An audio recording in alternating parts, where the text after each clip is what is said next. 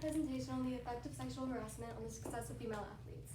According to the New York State Bar Association, 93% of athletes have experienced sexual harassment, assault, or unwanted contact in their career, whether it be high school, professional, recreational, or another league, and the majority of these cases have been female.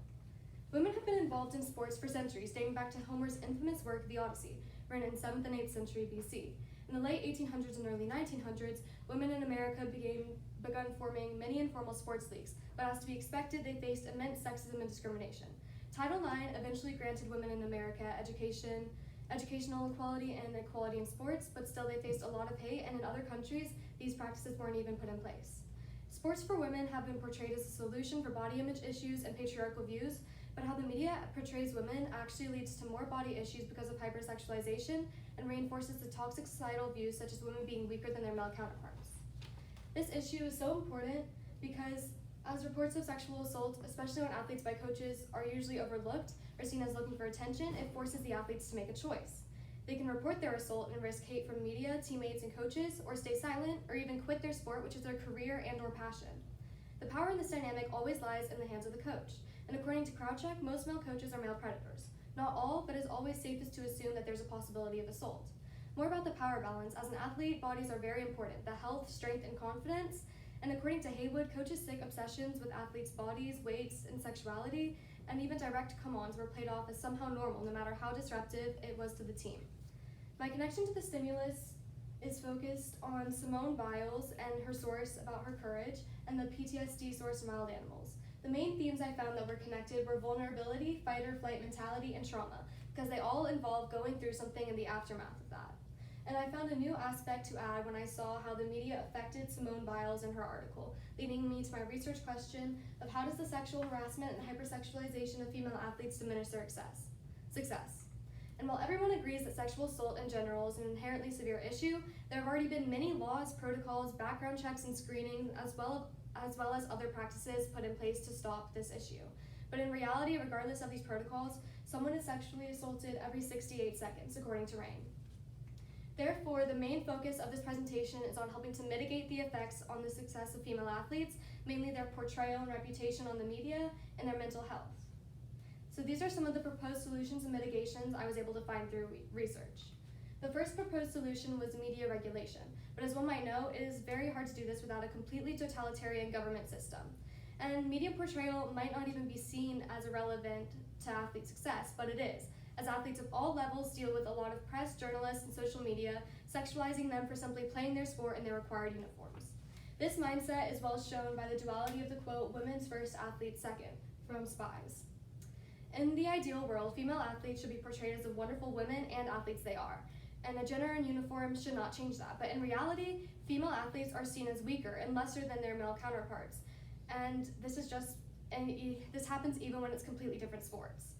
And this leads to constant belittling and hypersexualization from male and female peers, the media, their competition, and a lot of other areas, simply because of the gender differentiation. The media has portrayed women this way for many, many years, and they won't stop, as it is seen and defended as protecting the male-dominated world of sports. Therefore, this proposed mitigation is simply not viable. Another proposed solution was employee screenings. Most average screenings check for criminal charges and lawsuits against a possible candidate, but this is not viable because of the flaws in almost all legal systems and countries. 310 out of every 1,000 cases of sexual assault are reported. This is mainly because of fear and feelings of entrapment, which connects back to the stimulus. Out of these cases, 16% lead to arrest, 9% to conviction, and 8% to incarceration. Therefore, only 8% of offenders will be seen in these screenings, not doing much to prevent the sexual assault of female athletes. Through research, I found that the best and most viable solution is to provide a support system for these female athletes, focusing on mental health through mandatory counseling. These athletes need to constantly be in an environment where they feel safe and surrounded by a helping community so they can grow as human beings, women, and athletes. This way, they are also less likely to have feelings of entrapment, which would cause major mental health issues, especially when talking about sexual assault cases. If these athletes are made comfortable enough to report and testify against their perpetrator, they could be put away for good, therefore helping the media to not blow up and cause a huge scandal about the situation, protecting the reputation of the athletes, and also keeping the athletes, their teams, and coaches in a successful environment. The first reason this is such a good solution is because it addresses multiple problem areas in the athlete's life, not just their effects on success, but issues with mental health, body images, issues with teammates, etc. And there are many other problems that counseling can help outside of the athletic life. Additionally, the whole team would be going through this counseling with management involved as well, so no teammate or manager of the team would feel singled out or victimized in any way. The second reason that this is such a good solution is because there are already many companies and brands focused on athlete mental health. For example, Morgan's Message, which has a focus of removing the stigma around mental health for athletes. And this is only one of the many examples. So the first concern about the solution would be the financial aspect. But there are already many nonprofit organizations more than willing to sponsor counseling like this, as they see the benefits it would have on athlete mental health. And the aforementioned Morgan's Message only being one example. And another possible limitation is the question of how we would get these athletes to go to this counseling. But athletes are always required to do things. For example, student athletes are required to have good grades and attendance, and for higher levels, they have to have meal plans and exercise plans and other requirements, and this mandatory counseling simply needs to become one of those things. In conclusion, the best mitigation of the effects of sexual assault on female athlete success is to focus on mental health and the environment surrounding the athlete in order to help with success in getting criminals behind bars, making it a safer place for female athletes. These are my sources, and thank you. Good job. Are you ready for your oral defense? Hopefully. Okay. All right. What information did you need that you weren't able to find or locate?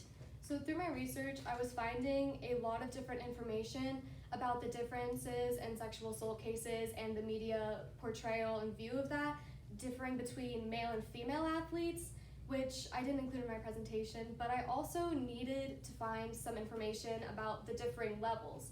And when I was looking for this, I only really found something about competitive athletes and non-competitive athletes.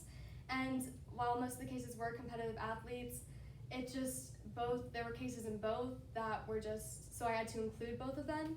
So if I had information on which level had the most cases, for example, youth, high school, professional, it would have been helpful so that it wasn't as broad saying that, all the levels. If there was more specificity in studies, that would have helped a lot with my presentation, I think. Okay. And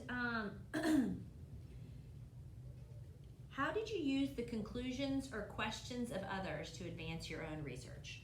So a lot of the questions that I found through research that were left unanswered were mostly about how we would replace the coaches that would have to be put away, and it was also one of the reasons that programs were defended for keeping the coaches who had committed these crimes on. And honestly, I think that with the solution of the counseling, that the team would be very stable enough, and so I think my solution adds on to that mindset of where the unknown after the case happens, the unknown would be fine because the team would be stable, and that was the main question I saw in my research, so therefore, if we had a stable team environment with the mental health, it would get rid of that question. The team would be able to continue on without a coach until they find a possible candidate. And so that's how it connected to the sources. Okay, all right, thank you.